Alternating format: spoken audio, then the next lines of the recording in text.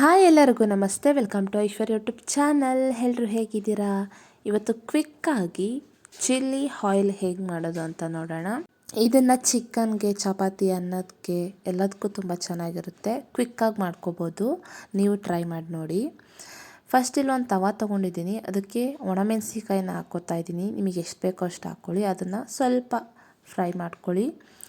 ಅದಾದಮೇಲೆ ಒಂದು ಸ್ಪೂನ್ ಜೀರಿಗೆ, ಒಂದು ಸ್ಪೂನ್ ಮೆಣಸಿನ್ಕಾಳನ್ನ ಹಾಕ್ಕೊಂಡಿದ್ದೀನಿ. ಅದನ್ನು ಈ ರೀತಿ ದೊರ್ಗ ಗ್ರೈಂಡ್ ಮಾಡ್ಕೊಳ್ಳಿ. ಅದಾದಮೇಲೆ ಒಂದು ಬೌಲ್ಗೆ ಅದನ್ನು ಹಾಕ್ಕೋತಾ ಇದ್ದೀನಿ ಪುಡಿನ.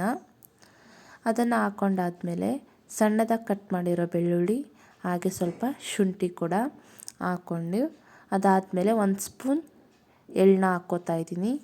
ಅದಾದಮೇಲೆ ರುಚಿಗೆ ತಕ್ಕಷ್ಟು ಉಪ್ಪು, ಹಾಗೆ ಇದು ಕಲ್ಲರ್ಗೋಸ್ಕರ ಖಾರದ ಪುಡಿ, ಒಂದು ಅರ್ಧ ಸ್ಪೂನ್ ಖಾರದ ಪುಡಿನ ಹಾಕ್ಕೊಂಡಿದ್ದೀನಿ.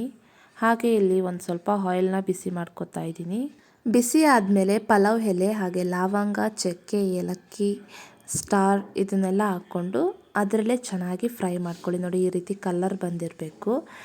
ಒಂದು 5 ನಿಮಿಷ ಫ್ರೈ ಮಾಡಿಕೊಂಡು ಇದೆಲ್ಲ ಇದೆಯಲ್ಲ ಪಲಾವ್ ಎಲೆ, ಲವಂಗ ಎಲ್ಲ ತೆಗೆದುಬಿಟ್ಟು ಅದೇ ಆಯಿಲ್ನ ಇದಕ್ಕೆ ನಾವೇನು ಪೌಡರ್ ಮಾಡಿ ಇಟ್ಕೊಂಡಿದ್ವಲ್ಲ ಅದಕ್ಕೆ ಹಾಕಿದರೆ ಆಯಿತು. ಸ್ವಲ್ಪನೇ ಹಾಕ್ಕೊಂಡು ಚೆನ್ನಾಗಿ ಮಿಕ್ಸ್ ಮಾಡ್ಕೊಳ್ಳಿ.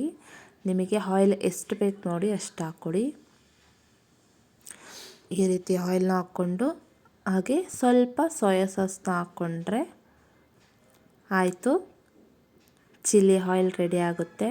ತುಂಬ ಚೆನ್ನಾಗಿರುತ್ತೆ. ನೀವು ಟ್ರೈ ಮಾಡಿ ನೋಡಿ, ಹೇಗಿತ್ತು ಅಂತ ಕಮೆಂಟ್ ಮಾಡಿ, ಲೈಕ್ ಮಾಡಿ, ಸಬ್ಸ್ಕ್ರೈಬ್ ಮಾಡಿ. Thank you for watching.